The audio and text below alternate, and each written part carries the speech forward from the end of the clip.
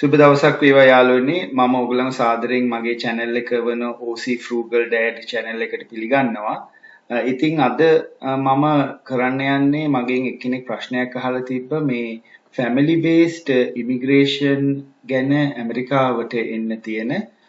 ඉතින් ඒක ගැන මට පොඩි පැහැදිලි කිරීමක් කරන්න තමයි අද මම බලාපොරොත්තු වෙන්නේ. එතකොට එයා අහලා තිබ්බ ප්‍රශ්නෙටත් මෙතෙන්දී පිළිතුරක් ලැබෙනවා ඇති ඒ අහපු මල්ලිට ඒ වගේම මේ දෙන ඉන්ෆර්මේෂන් වෙන අයටත් ප්‍රයෝජනයක් වෙන්න පුළුවන්. ඉතින් මේක ඇත්තටම මේ family based immigration එක සම්බන්ධයෙන් තියෙන වීඩියෝ එකක්.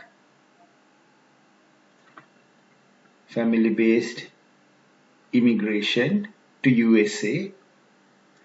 එතකොට මේකේ ඇත්තටම කාණ්ඩ දෙකක් තියෙනවා. මම මෙන්න මේ ෆස්ට් ස්ලයිඩ් එකේ ඔයගලන්ට පෙන්නන්නේ මේ part 1 මේ පළවෙනි කාණ්ඩය. ඒ කියන්නේ ග්‍රීන් කාඩ් එකක් ලබා ගන්න පුළුවන් ඇමරිකානු පුරවැසිභාවයේ තියෙන කෙනෙකුගේ ඉමිඩියට් රිලටිව්ස්ලා.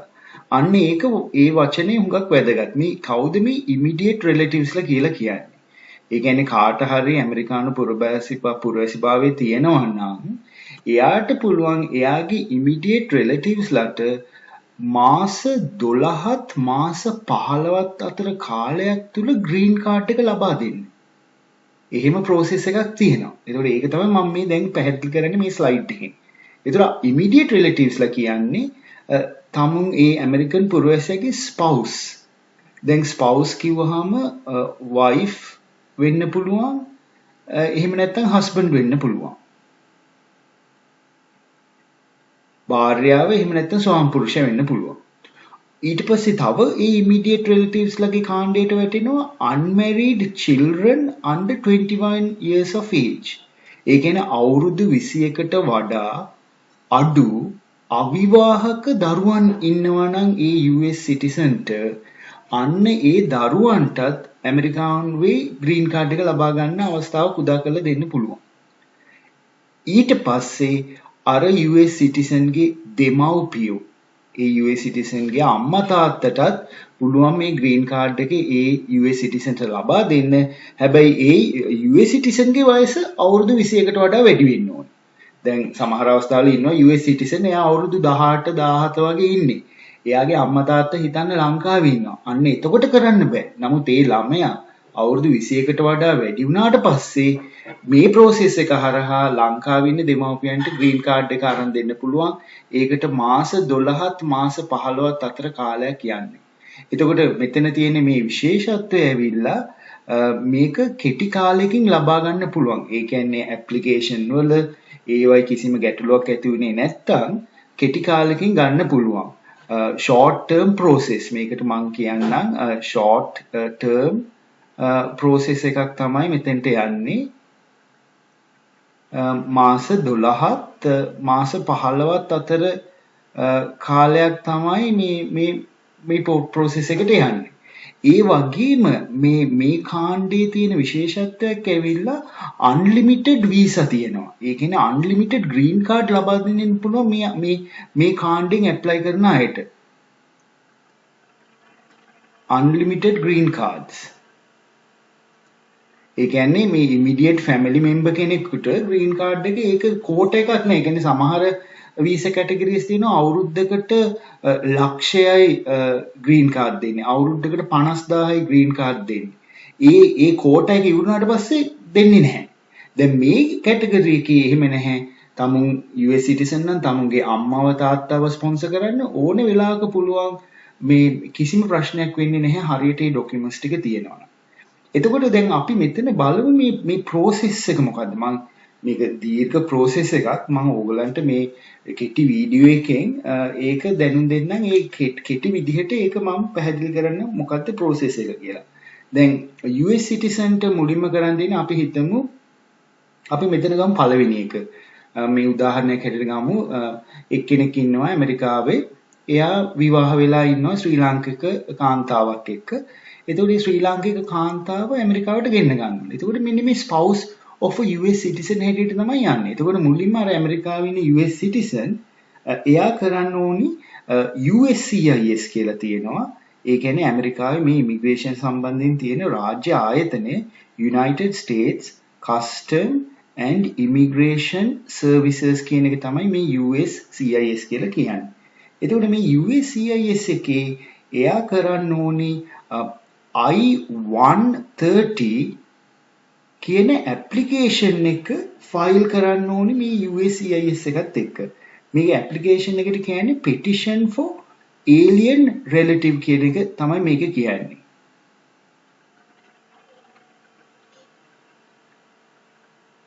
petition for alien relative. ඒක ඇප්ලයි කරන්න ඕනි. ඉතින් ඒකට ඇප්ලයි කරනකොට ඒක ඇත්තටම ඒකට ඩොලර් 500 දැන් 2020 දෙසැම්බර් මාසේ. එතකොට දැන්ට මේකේ USCIS එකේ තියෙන වෙබ්සයිට් එකේ අප්ඩේට් කරලා තියෙනවා ඒගොල්ලගේ ෆීස් එහෙම. එතකොට මේකට ඇත්තට 535ක් ඩොලර් යනවා. මේක රිෆන්ඩ් කරන්නේ නැහැ. හරිද? මේක රිෆන්ඩ් කරන්නේ නැහැ. ඉතින් ඒක හොඳට බලලා දාන්න ඕනේ. හරි ගාන මනි ඕඩර් එකකින් දාන්න ඕනේ මේ 535 මේක කරනකොට ඒ ඇමරිකාවේ ඇතුළේ ඉන්න US සිටිසන් මේක කරන්න ඕනේ. හරි? එතකොට මේ I-130 කියන ෆෝම් එක ඒක ෆිල් කරලා එයා යවනවා USCIS එකට. එතකොට USCIS එකෙන් රිසිට් එකක් එවනවා. ඒ රිසිට් එකේ තමයි මේ priority date කියලා එකක් තියෙනවා. ඒ priority date එක හුඟක් වැදගත් වෙනවා. හැබැයි මෙන්න මේ කාණ්ඩෙට නම් එච්චරම වැදගත් වෙන්නේ නැහැ. මොකද මාස 12ත් මාස 15ත් අතර ග්‍රීන් කාඩ් එක ලබා ගන්න පුළුවන් හන්දා. නමුත් priority date කියලා එකක් එනවා. ඊට පස්සේ මෙතන ඇත්තටම මේ process එක මාස කිහිපයක් දිග්ගැස්සෙන්න පුළුවන් මේ මෙතනින් approve කරන එක. හරිද? දැන් මෙතනින් අපි කියමු මේක approve වුණා. මේක approve වුණා. approved USCIS එකෙන් I-130 කියන එක approve වුණා. approved වුණාට පස්සේ දැන් ඔයාගේ spouse එහෙම නැත්නම් ඔයාගේ අවුරුදු 21කට අඩු අවිවාහක දරුවා දෙමව්පියෝ අපි හිතමු ඒගොල්ලෝ ලංකාවේ ඉන්නේ. ඒගොල්ලෝ ඇමරිකාවේ නෙමෙයි ඉන්නේ. ඒගොල්ලෝ ලංකාවේ ඉන්නේ. එතකොට ඒ වගේ අවස්ථාවක මේ approve වෙච්ච ඔයාගේ I-130 එක National Visa Center කියන එකට යනවා. ඒ කියන්නේ ඇමරිකාවේ රාජ්‍ය දෙපාර්තමේන්තුව US ඒ කියන්නේ Department of State කියලා තියෙනවා. ඒකට අනුබද්ධ තියෙනවා National Visa Center කියලා. National Visa Center. ඒකට අපි කියන්නේ NVC කියලා. එතකොට මේ National Visa Center එකට යවනවා. එතකොට මේ National Visa Center එකේදීත් මේක process වීමක් සිද්ධ වෙනවා. එතකොට එතෙන්දි තමයි ඇත්තටම මම මෙතෙන්දී ඔයගලන්ට කියවනේ මෙතන මාස කිහිපයක් කියලා යන්නේ මේ several months තමයි මෙතන process එකට යන්නේ. ඊට පස්සේ එතන approve වෙලා national visa center එකට ගියාම අර මාස 12 මාස 15 අතර ඉතුරු කාලය මෙන්න මෙතනට යනවා. මේ මෙතනට ඒකට යනවා. එතකොට එතන ඒගොල්ලෝ documents ඉදිරිපත් කරන්න කියන මේ I-130 එකට අදාළ documents ඉදිරිපත් කරන්න කියනවා. ඉතින් එතන තියෙනවා අර affidavit of support කියලා එකක් submit කරන්න ඕනේ. කියන්නේ affidavit of support කියන්නේ දැන් තමුන් කාව හරි තමුන් US citizen. එතකොට තමුන් ඒ ඇමරිකාවට තමුන්ගේ දෙමව්පියෝ තමුන්ගේ දරුවා තමුන්ගේ භාර්යාව ගෙන්න ගන්නවා නම් ඒගොල්ලන් මේ රජයට බරක් නොවි තමුන් ඒගොල්ලන්ව වග බලා ගන්න ඕනේ. තමුන්ට ආර්ථික හැකියාව තත්ත්වයේ තියෙන්න බෑ. ඒ ගේන මිනිස්සුන්ව වග බලා ගන්න ආරක්ෂා කරන්න. එතකොට අන්නේ ඒකට අවශ්‍ය documents මෙන්න මෙතෙන්දි මේ national visa center එකේදී එතන stage එකේදී තමයි ඒව සිද්ධ වෙන්නේ.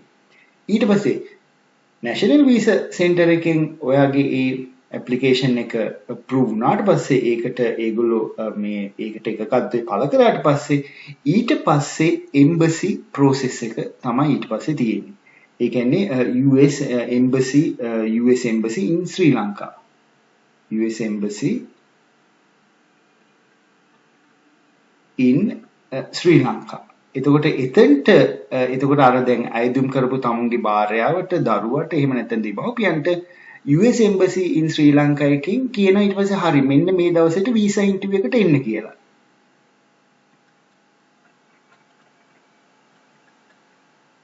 වීසා ඉන්ටර්වියු එකට එන්න කියලා කියනවා. ඉතින් ඊට අමතරව තව තියෙනවා මේ මෙඩිකල් රෙකෝඩ්ස්, ඒ කියන්නේ මෙඩිකල් රිපෝට් එකක් ගෙන්නන්න ඕනේ.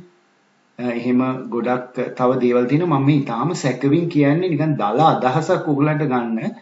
මෙඩිකල් රිපෝට් ගන්න ඕනේ ඒ ડોක්ටර්ස් ළගෙන් ඒ චෙක් අප් කරලා. එතකොට ඒවට වෙන වෙන වියදම් යනවා. දැන් මෙතන වීසා ඉන්ටර්වියු එකට වෙනම ෆී එකක් ගෙවන්න ඕනේ. මේ නැෂනල් වීසා සෙන්ටර් එකේදී තව මේ ඇෆිඩවිට් ඔෆ් සපෝට් ෆී එහෙම තියෙනවා. මේ මෙතෙන්දී I-130 එකේ ඇප්ලිකේෂන් එක 535යි. අන්න ඒ වගේ එක එක ස්ටේජස් වල ෆීස් තියෙනවා. දැන් ඕගොල්ලෝ මේ මුළු process එකම ඕගොල්ලන්ට තනියෙන් කරන්න පුළුවන් නම් ඒක ලොකු දෙයක්. නමුත් හුඟක් දෙනෙක් ඉමිග්‍රේෂන් ලෝයර් කෙනෙක් හරහා තමයි මේ හැමදේම මේ මුළු process එකම මේ මුළු ක්‍රියාදාමයම මතක තියාගන්න. මේ හොඳ පළපුරුද්දක් තියෙන ඉමිග්‍රේෂන් ලෝයර් කෙනෙක් ඉමිග්‍රේෂන් ලෝයර් කෙනෙක් හරහා කරගන්න ඕනේ. එතකොට ලෝයර් ෆීස් කියලා වෙනම ගෙවන්න ඕනේ. නීති ගාස්තු ඒ නීතිඥයාට වෙනම ෆී එකක් ගෙවන්න ඕනේ. මේ මෙතන මේ US CIS එකට National Visa Center එකට එතකොට ශ්‍රී ලංකාවේ තියෙන US Embassy එකට ගෙවන්න තියෙන වියදම් වලට අමතරව තමුන් මේ ඉමිග්‍රේෂන් ලෝයර්ටත් මුදලක් ගෙවන්න ඕනේ. ඉතින් මේ process එකට ඒක තමයි ටිකක් සල්ලි අවශ්‍ය වෙනවා මේක කරන්න. නමුත් මේක කරගත්තොත් ලැබෙන වරප්‍රසාද තමුන්ට ඇත්තටම ඇමරිකාවට ඇවිල්ලා ග්‍රීන් කාඩ් එක අරගෙන මෙහි හොඳ ජීවිතයක් ගත කරන්න තියෙන අවස්ථාවනේ. ඉතින් ඒක හුඟ දෙනෙක් try කරනවා මේක කරගන්න. ඒතකොට US Embassy එකේ වීසා ඉන්ටර්වියු එක තියෙනවා. ඒ වීසා ඔෆිසර් ඊට පස්සේ ප්‍රශ්න අහනවා, මේ මෙඩිකල් රිපෝට්ස් බලනවා, තව වෙන වෙන ડોකියුමන්ට්ස් බලනවා.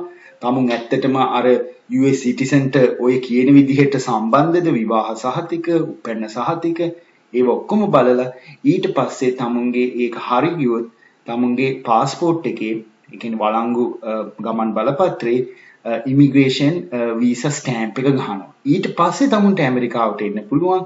ඊට පස්සේ you can come to USA.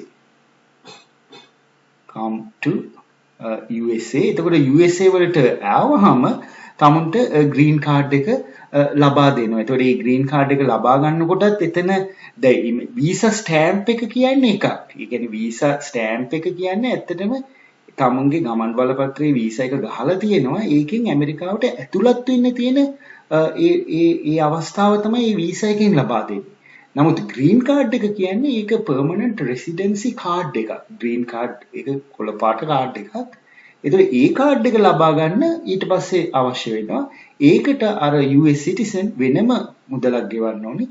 ඒතකොට මේ මුදල ගෙවුවට පස්සේ ඒ තමුන්ගේ මේ භාර්යාවට එහෙම නැත්නම් අවුරුදු 21කට අඩු අවිවාහක දරුවට දෙමව්පියන්ට ග්‍රීන් කාඩ් එක ලබා ගන්න පුළුවන්. ඉතින් ඔන්න ඔය process එක තමයි ඊටාම සැකවින් මම පැහැදිලි කරේ. immediate relative කෙනෙක් ඇමරිකානු පුරවැසිභාවයේ තියෙන කෙනෙක්ගේ immediate relative කෙනෙක් කොහොමද මේ ග්‍රීන් කාඩ් එක ලබා ගන්නෙ කියන එක. මේකේ විශේෂත්වය ඉල්ල මේ process එක අවුරුදු 12 මාස 12ක් 15ක් අතර කාලයකදී කරගන්න පුළුවන්. unlimited green card ප්‍රමාණයක් මේ සඳහා ලබා ගන්න පුළුවන්. ඒ කියන්නේ කිසිම කෝටා එකක් කිසිම කැප් එකක් නැහැ. මේ කැටගරි එකෙන් green card එක ලබා ගන්න ඕනේ. ඊට පස්සේ මම ඔයගලන්ට කිව්වා මේ part 1 කියලා. ඒතර අපි බලමු මොකද්ද ඊළඟට තියෙන්නේ මේ family based immigration එකෙන් ඊළඟ කාණ්ඩය මොකක්ද ග්‍රීන් කාඩ් එක ලබා ගන්න තියෙන කියන එක අපි බලමු දැන්. දැන් මේ තියෙන ඊළඟ කාණ්ඩය green card for family preference immigrants. එතකොට මේක මම නම් කරන්නම් මේක ඇත්තටම මේ part 2 කියලා. අර family based immigration එකේ part 2 කියලා.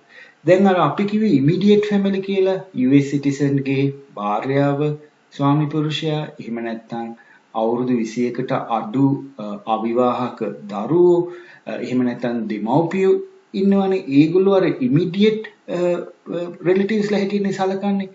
ඊට පස්සේ ඉන්න කට්ටිය ඒ කියන්නේ තමුන්ගේ සහෝදරයෝ අන්නේ වගේ අය නෑදෑ හිත මිතුරු. එතකොට ඒ වගේ අයට මොනවද තියෙන අවස්ථා ඇමරිකාවට පැමිණෙන්න ඇමරිකාවට ග්‍රීන් කාඩ් එක ගන්න. අන්න ඒක තමයි මේ මෙතෙන්දි පැහැදිලි කරන්නේ.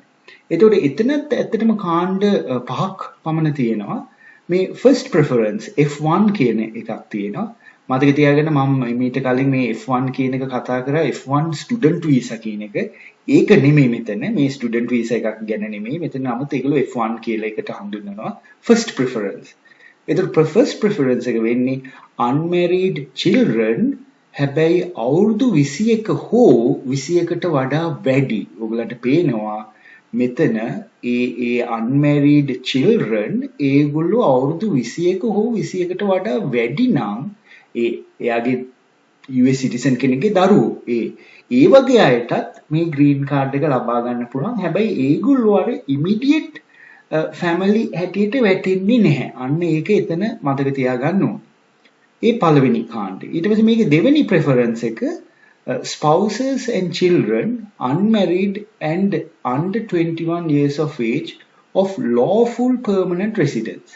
ඒ කියන්නේ දැන් මෙතන මේ US citizen කියන එක්කෙනයි මේ lawful permanent resident කියන එක්කෙනයි වෙනස්. මතක තියාගන්න. US citizen කියන එක්කෙනාට US passport එක තියෙනවා. US passport එක තියෙන අයට තමයි මේ US citizen කියලා කියන්නේ. ඒගොල්ලෝ ඇමරිකානු පුරවැසියෝ. lawful permanent residents එහෙම නැත්නම් අපි සාමාන්‍යයෙන් LPR කියලා කියනවා. අපි ඒගොල්ලන්ට තමයි ওই green card holder කියලා කියන්නේ. green card holder. එහෙම නැත්නම් අපි සාමාන්‍යයෙන් කියනවා එයාට PR එක තියෙනවා කියලා කියන්නේ. ඒගොල්ලන්ට අර PR permanent residency තියෙන අයට තමයි මේ lawful permanent residents කියලා කියන්නේ. දැන් මේ second category එකේදී තමුන් US citizen නෙමෙයි. තමුන් lawful permanent residents කෙනෙක් තමුන්ගේ භාර්යාව තමුන්ට ඇමරිකාවට ගෙන්න ගන්න ඕනේ. තමුන් lawful permanent resident. එතකොට මෙන්න මේ second preference එක යටතේ ඒකට F2A කියලා කියනවා. ඒක යටතේ apply කරන්න පුළුවන්. එහෙම නැත්නම් තමුන්ට ඉන්නවා දරුවෝ අවුරුදු 21කට අඩු දරුවෝ ඉන්නවා ලංකාවේ. තමුන් හැබැයි citizen නෙමෙයි. තමුන් මෙහි green card holder. ඒ වගේ අවස්ථාවක තමුන්ට මේ second preference එක යටතේ තමුන්ට ඒ දරුවට හරි භාර්යාවට green card එක ලබා දෙන්න පුළුවන්. හරි. ඊට පස්සේ තව second preference එකේ B කාණ්ඩය කියලා තියෙනවා F2B කියලා. ඒකේ තියෙන්නේ unmarried sons and daughters 21 years of age and older. එතකොට මෙතනත් නැවතත් අර green card holder කෙනෙක්මයි ඒ green card holderට ඉන්නවා අවිවාහක දරුවෝ ඒගොල්ලෝ අවුරුදු 21කට වඩා වැඩි. දැන් මේ කලින් බලන්න කලින් අවුරුදු 21කට වඩා අඩු අයටනේ කතා කරේ. දැන් කතා කරන්නේ අවුරුදු 21කට වඩා වැඩි අයට. අවිවාහක දරුවෝ අවුරුදු 21කට වඩා වැඩි. green card holder ගේ දරුවෝ. ඒ වගේ අයටත් green card එක ගන්න හැකියාව තියෙනවා මෙන්න මේ second preference එකේ F2B කියන කාණ්ඩය යටතේ. ඊට පස්සේ හතරවෙනියට third preference F3 කියලා කියන්නේ American පුරවැසියෙක්. දැන් බලන්න ආයි මාරු වුණා නේද? අර ඉස්සෙල්ලා US citizen කෙනෙක් ඊට පස්සේ දැන් green card holder දැන් ආයි US citizen ට මාරු වුණා. US citizen කෙනෙක් ඉන්නවා එයාට විවාහක දරුවෝ ඉන්නවා. ඒ විවාහක දරුවන්ටත් green card එක ලබා දෙන්න පුළුවන්. ඒකෝර මෙතන විශේෂත්වය ඇවිල්ලා දැන් මේ married හිතන්න US citizen ඉන්නවා. US citizen ඉන්නවා. එයාට ඉන්නවා married son කෙනෙක්. එයාගේ පුතා ඉන්නවා අවුරුදු හිතන්න 21කට වඩා වැඩි. එයා විවාහගත වෙලා married son ඉන්නවා. එතකොට married sonට green card එක ලබා ගන්නවා කියන්නේ හිතන්නේ මේ married sonට ඉන්නවා භාර්යාව, wife, children. එයාට දරුවොත් ඉන්නවා. එතකොට මේ ඇමරිකාවේ ඉන්න US citizen married ලංකාවේ ඉන්න married sonට green card එක ලබා දෙනවා. මේ ක්‍රමී. ඒ green card එක ලැබෙනකොට මේ married sonගේ විවාහක භාර්යාවට, දරුවන්ට ඒගොල්ලන්ට green card එක හම්බ වෙනවා. එතකොට මේ වගේ process එකකට තමයි මේ ඇමරිකාවේ සමහර වෙලාවට කියනවා මේකට chain migration කියලා.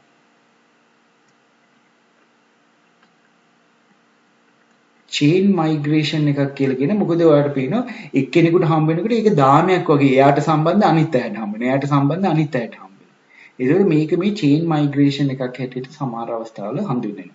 නමුත් මේක දැනගන්න මේවා තමයි තියෙන අවස්ථාව. ඔයගොල්ලෝ family based immigration එකකින් ඕගොල්ලෝ ඇමරිකාවට එන්න බලනවා නම් හිතන්න ඕගොල්ලන්ගේ දෙමව්පියෝ ඇමරිකාවේ නම් ඉන්නේ. ඔයාගේ අම්මා ඉන්නේ ඇමරිකාවේ. ඔයාගේ තාත්තා ඉන්නේ ඇමරිකාවේ. ඉතින් තාත්තට ග්‍රීන් කාඩ් තියෙනවා. තාත්තා සිටිසන්. ඔයාට පුළුවන් ඇමරිකාවට යන්න. ඔයාගේ දරුවෙක් ඉන්න ඇමරිකාවේ අවුරුදු 21කට වඩා. එයා සිටිසන්.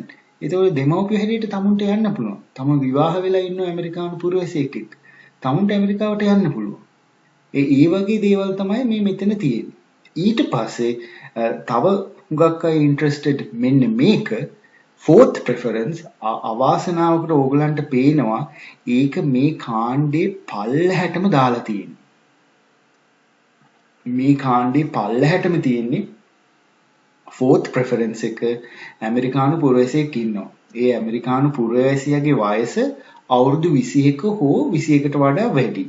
ඒ වගේ අවස්ථාවක ඒ ඇමරිකානු පුරවැසියට පුළුවන් තමුන්ගේ ලංකාවේ ඉන්නවනම් සහෝදර සහෝදරියෝ ඒ සහෝදර සහෝදරියන්ටත් ග්‍රීන් කාඩ් එක ස්පොන්සර් කරන්න හැකියාව තියෙනවා. හැබැයි මෙතන මතක තියාගන්න මෙන්න මේ කාණ්ඩ පහේ තියෙන විශේෂත්වය ඇවිල්ලා මේකට ලොකු කාලයක් යනවා. මේ process එක very long process. very long process එකක් තමයි මේ ක්‍රියාදාමයේ මේ green card එක හම්බ වෙනවා කියන වැඩේ මේකෙන් කරනකොට සෑහෙන කාලයක් යනවා. ඒ වගේම මේකේ unlimited number of green card නැහැ. ඒ කියන්නේ only a specific number of green cards. Specific number of green cards. ඒ කියන්නේ වසරකට හිතන්න මේ first preference. එහෙම නැත්නම් මේ second preference B. fourth preference එකෙන් green card එක apply කරනවා. එතකොට මේ ලෝකයේ ඒ අවස්ථාවේදී මේ අවුරුද්ද තුල මේ green card මේ fourth preference එකට හිතන්න green card 500යි issue කරන්නේ. ඒ 500 වුණාට පස්සේ ඒ අවුරුද්දට ආයි green card නැහැ. අන්න එහෙම තත්ත්වයක් මෙතන තියෙනවා. එතකොට ඒ හේතුව නිසා මේකේ මේ backlog වීමක් කියලා තියෙනවා. ඒ කියන්නේ අර තමුන්ගේ priority date එක කියලා මම කියවනේ ඒ priority date එක අනුව තමුන්ගේ ඒ කේස් එක පස්සට යෑමක් වෙනවා. ඒ කියන්නේ දැනට අවාසනාවකට වගේ තමුන්ගේ හිතන්න තමුන්ගේ සහෝදරයෙක් ඉන්නවා අවුරුදු 21කට වඩා ඇමරිකාවේ ඇමරිකන් පුරවැසියෙක්. ඔයාට green card එක ලබා දෙන්න පුළුවන්. එයාගේ සහෝදරයෙක් හරි සහෝදරියක් නම් එයාට පුළුවන් green card එක ලබා දෙන්න. නමුත් දැනට සාමාන්‍යයෙන් මෙන්න මේ බැක්ලොග් වීම නිසා ඒ process එක අවුරුදු 13ත් අවුරුදු 15ත් අතර කාලයක් යනවා. අන්න ඒක මතක තියාගන්න. ඒකයි මම කිව්වේ මේක very long process එකක් කියලා. මේ සමහර categories වලට බොහොමයක්ම categories වලට මෙන්න මේ section එකේ මේ longer process එකක් යනවා. එතකොට මෙතන කොහොමද මේක සිද්ධ වෙන්නේ? මේකත් සිද්ධ වෙන්නේ අර විදිහටම තමයි. ඒ ඇමරිකානු පුරවැසිභාවයේ තියෙන එක්කෙනා. එහෙම නැත්නම් lawful permanent residence. එයා resident. එයා මුලින්ම I-130 එක apply කරන්න ඕනේ. apply I-130. ඒ කියන්නේ අර USCIS එක United States Custom Immigration Services එක හරහා අර fee එක ගෙවලා ඒ I-130 එක apply කරනවා. ඊට පස්සේ I-130 එකේ ගැටලු නැත්නම් ඒ USCIS එක I-130 එක approve කරලා යවනවා අර මං කිව්වේ National Visa Center එකට. මං ඒකට NVC කියලා කියන්නේ National Visa Center එකට යවනවා. ඒතකොට National Visa Center එකේදී තමයි මේ මෙතෙන්දි මතක තියාගන්න priority date කියන එක දෙනවා. priority date කියන එක දෙනවා. එතකොට තමුන්ගේ අර priority date එක එනකන් තමුන් ඉන්න ඕනේ. එතකොට මෙන්න මෙතනදී තමයි අර තමුන් හිතන්නේ දැන් තමුන්ගේ සහෝදර සහෝදරියෙක් නම් දාන්නේ මෙන්න මෙතන තමයි අර අවුරුදු 13ක් 15ක් කාලේ නිකන් ඇද්දි තියෙන්නේ මෙන්න මෙතනදී තමයි මේ process එකේ. මේ තමුන්ගේ සහෝදරයට හරි සහෝදරියට green card එක අරන් දෙනකොට මෙන්න මෙතන මේක ඇද්දි තියෙනවා. ඊට පස්සේ මෙතනින් ගියාට පස්සේ ආයි අර නැවතත් මෙතනින් ඒක හිතන්න process වුණා කියලා අවුරුදු 15කට විතර පස්සේ එතකොට අන්න දැන් ඔයාගේ සහෝදරිය හරි සහෝදරයා ලංකාවේ නම් ඉන්නේ එයාට මේ US embassy එකට එන්න කියනවා visa interview එකට. එතකොට අර process එක ඒ විදිහ US embassy in Sri Lanka මේ එතකොට අර process එක ඒ විදිහම තමයි visa interview එක තියෙනවා. medical records check කරනවා. ඊට පස්සේ තමුන්ට ඇමරිකාවට එන්න පුළුවන්. ඇමරිකාවට ඇවිල්ලා ඒ තමුන් ග්‍රීන් කාඩ් එක ලබා ගන්න පුළුවන්. හැබැයි ග්‍රීන් කාඩ් එක අර US සිටිසන් තමයි ඇප්ලයි කරන්න ඕනේ. ඒකට යන වියදම් ඔක්කොම යා මේව කරන්න ඕනේ. ඇවිල්ලා තමුන්ට ඇමරිකාවට ඇවිල්ලා ස්ථිර පදිංචිය ලබා ගන්න පුළුවන්. ග්‍රීන් කාඩ් එක අතට ගන්න පුළුවන්. ඒකට මේ මෙන්න මෙහෙම කරන්න පුළුවන්. හැබැයි දැන් මෙතන තව විශේෂ දෙයක් තියෙනවා. මම ඒකත් ඔයගොල්ලන්ට පැහැදිලි කරන්න ඕනේ. ඒක ඇවිල්ලා මේ මෙතන මම මේක පොඩියට මෙන්න මෙතන පැහැදිලි කරන්නම්. මේ මෙන්න මෙහෙම දෙයක් කරන්න පුළුවන්. හිතන්න දැන් තමුන්ට ඇත්තටම සහෝදරියෙක් තමුන්ට ඉන්නවා ලංකාවේ සහෝදරයෙක් ඉන්න. තමුන් ඇමරිකන් පුරවැසියෙක්. තමුන්ගේ අම්මා තාත්තත් ඉන්නවා. එතකොට තමුන්ගේ ලංකාවේ සහෝදරියෙකුත් ඉන්නවා. එතකොට අම්මා තාත්තා ගෙන්න ගන්නත් ඕනි සහෝදරිය ගෙන්න ගන්නත් ඕනි ඇමරිකාවට ග්‍රීන් කාඩ් එක දෙන්න. එතකොට දැන් මේ process එක හැටියට යනවා නම් ඔයා US සිටිසන් නම් ඔයාගේ නංගිට හරි අක්කට ඒ මල්ලිට හරි අයියට ග්‍රීන් කාඩ් එක ලබා දෙන්න මෙතනදී අවුරුදු 13ක් 15ක් යනවා.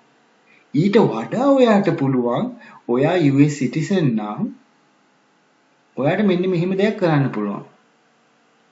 ඔයාට පුළුවන් ඔයාගේ අම්මට තාත්තට ග්‍රීන් කාඩ් එක අරන් දෙන්න. green card for parents. Green card for parents. දැන් ඒක මම අර කලින් කිව්වනේ ඒකට වැඩි කාලයක් යන්නේ නැහැ නේ. ඒකට මාස 12ත් මාස 15ත් අතර කාලයක් යන්නේ. එතකොට ඒ process එක තුලදී තමුන් US citizen තමුන්ගේ අම්මට තාත්තට green card එක අරන් දුන්නා. එතකොට අවුරුදු 5ක් ඇතුළත එහෙම green card එක හම්බුනහම කාට හරි තමුන්ගේ තාත්තට හරි අම්මට green card එක හම්බුනාට පස්සේ අවුරුදු 5කට පස්සේ ඒ අම්මට තාත්තට පුළුවන් US citizen වෙන්න. එතකොට මෙතන ඊට පස්සේ අවුරුදු 5ක් ඇතුළත 5 years ඇතුළත අර parent becomes US citizen. Parents become US මං C කියලා දාන්නම්. මොකද මේ US citizen නේ USC. US citizen වෙනවා. එතකොට ඊට පස්සේ අර දෙමව්පියන්ට පුළුවන් තමුන්ගේ නංගිව හරි අක්කව ස්පොන්සර් කරන්න. මොකද ඒ දෙමව්පියන්ට අර තමුන්ගේ නංගි හරි අයියා හරි මල්ලි හරි අක්කා ඒගොල්ලෝ ඉමිඩියට් ෆැමිලි එකනේ. ඒගොල්ලන්ගේ children ලනේ. එතකොට මේ ආකාරයට එහෙම ස්පොන්සර් කරන්න පුළුවන්. හැබැයි එතනත් අර අපි බලන්න ඕනි ඒ දරුවා අවිවාහකද අවුරුදු 21කට වඩා අඩුද අන්න එතනත් ඒ process එක තියෙනවා. මේ ඒතකොට මේක as immediate relative can get a green card as immediate relative.